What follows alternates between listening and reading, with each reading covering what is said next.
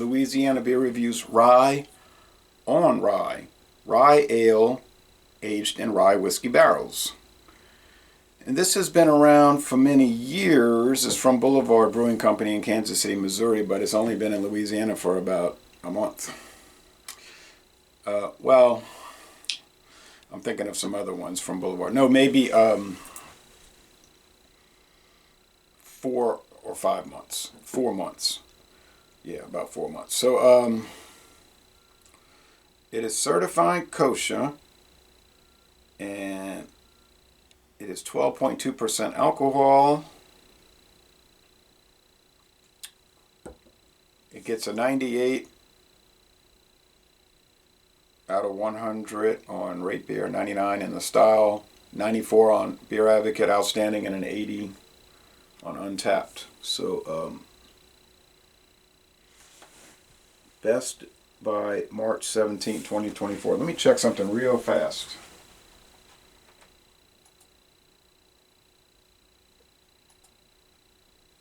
Yeah. 33, I didn't want to say it wrong. I thought I had notes, but I don't think I put notes because they didn't really talk about their, let me see.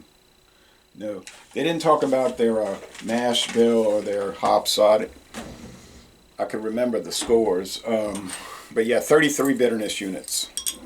So moderately bitter, but extremely alcoholic.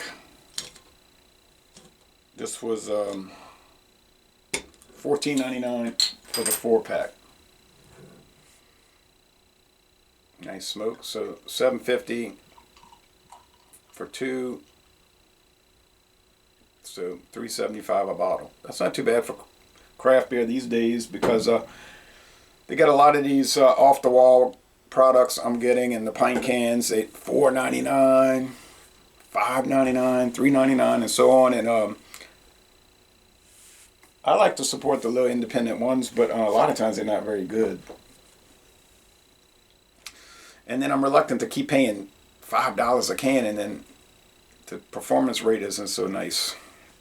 There's a number I can get right there, 1 mile away. Caramel appearance. So it's tan caramel. The head is cream colored, or if you want to say beige, but not really that dark. More like cream that you would put in coffee.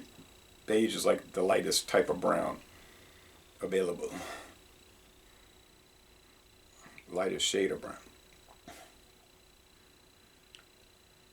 It does smell like rye bread to an extent. I don't eat rye bread much. I've had some Reuben sandwiches in the past. The rye bread was good. I wasn't opposed to it. It's just not something I typically would consume. But, yeah. It smells like that. So, and then the rye barrels, yeah, I have a lot of rye whiskeys. Sazerac rye, which is still $18.99 all around here. Somebody's got it on sale each week. Woodford Reserve rye is wonderful. Jack Daniel's rye is great. Jim Beam rye, they're all so nice. But I don't know whose barrels they're using. I didn't see anything on the website saying. So cheers. But like I said, I saw videos going back 11 years for this product. And there's variations of it. But we only have this one. Okay, first thing. It's like dates. Dates and golden raisins. This product does not contain dates or golden raisins. Nice lacing. Prickly carbonation, kind of Belgian style. If you gave this to me blind and said what country, and I tasted it, I would say with the dates and even nougat, like you get in the Three Musketeers bar, that marshmallow middle type thing, and the golden raisins and that prickly carbonation, I'm thinking it's a Belgian ale.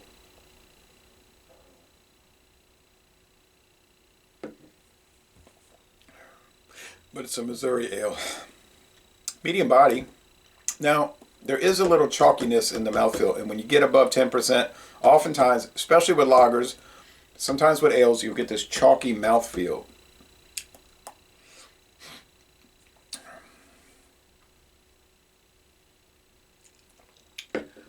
The finish is, yeah, mostly dry, so it's not a sweet, too sweet. It's mostly dry, like 65-35, 60-40, let's say 60-40.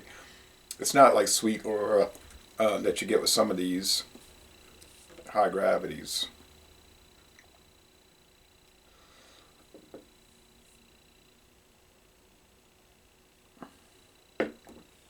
On the sweetness scale, yeah, it's 3 out of 5 sugar cubes. It's on the sweet side, like I said, that's why it's good. It finished in 60-40, but not overly done. Bitterness, yeah.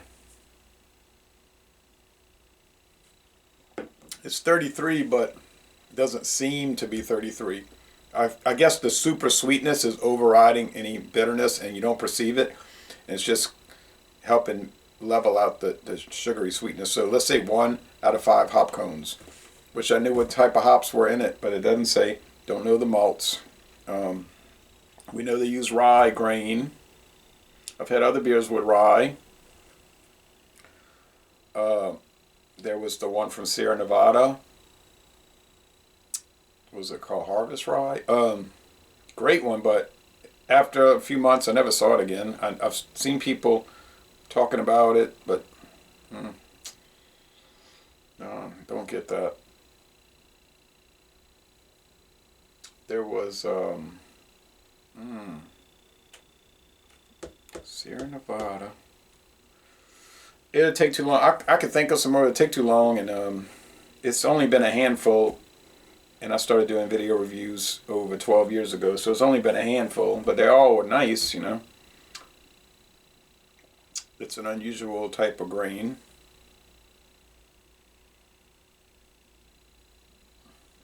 I've never seen a rye grain breakfast cereal. Doesn't taste like that would be too good.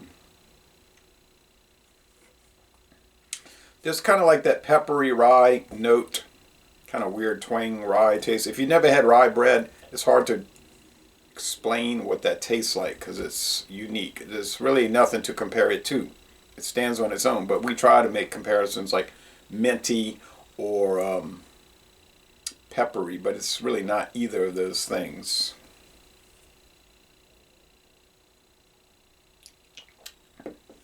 $98, $99 out of 100 on Rapier. I think that's too high. 94 is more like it, but I don't know about this chalkiness. I think there's some sediment. I think that's a flaw. Well, unlike Belgian beers, at least we're getting a full 12 ounces here.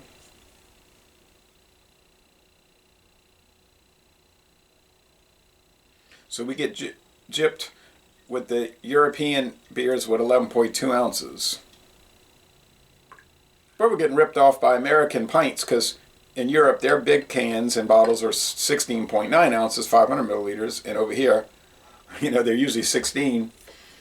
So you could look at it both ways. I've looked at beer from both sides now, and I think it's beer illusions. I recall. I really don't know beer at all.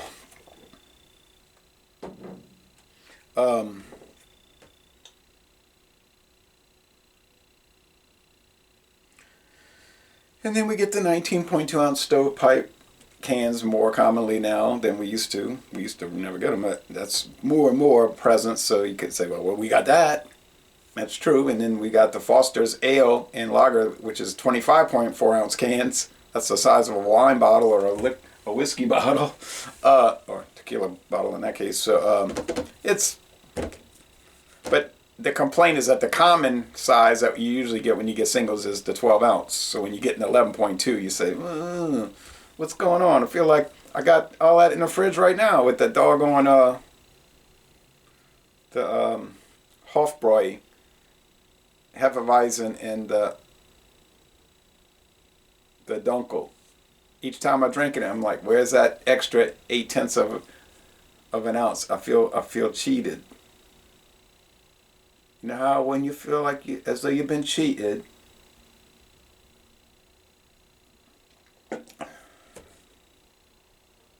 overall, I like it. I don't like the chalkiness, so it's going to dock it down to 92. A minus. It's excellent to an extent. There's a little coffee or tea note, tea note. Tea. Now, the big gripe is, and I've gone through this many times, is you're paying A plus prices, $14.99 for a 4-pack, but you're getting an A minus. So do you feel like you got your value? No, of course you don't. But I was not forced to buy this. I said, another Boulevard beer. I have some money this month to spare, and I'll do it. And however it comes out, we'll see. We'll grade it according to how we honestly think it's scoring. So I'm going in lower than the big sites, you know. I'm not saying it's outstanding or world class. I'm just saying it's excellent to an... I don't see a born on date anywhere. So, like I was saying earlier, you ever feel as though you've been cheated? I felt cheated many times. Okay.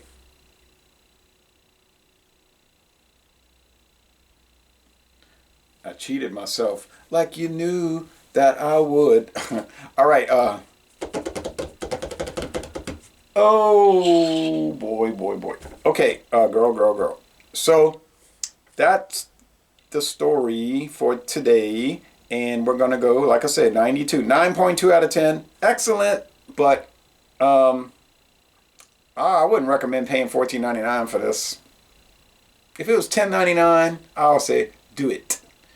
But I'm not satisfied. But I got 3 more to check out. I might do a review, see if somebody wants to do a collaboration review and see what they think about it, like seeing other perspectives. But so far, I'm seeing it as a bit of a failure. And you say, well, how in the world could 92 out of 100 be a failure? Like I just told you, I paid a 98 out of 100 price. It's not a catastrophe, but it's a bit of a disappointment. So, laissez-les bon temps relais, and I'm going to end this review by saying y'all go to Kansas City, Missouri, and tour the Boulevard Brewing Company Brewery.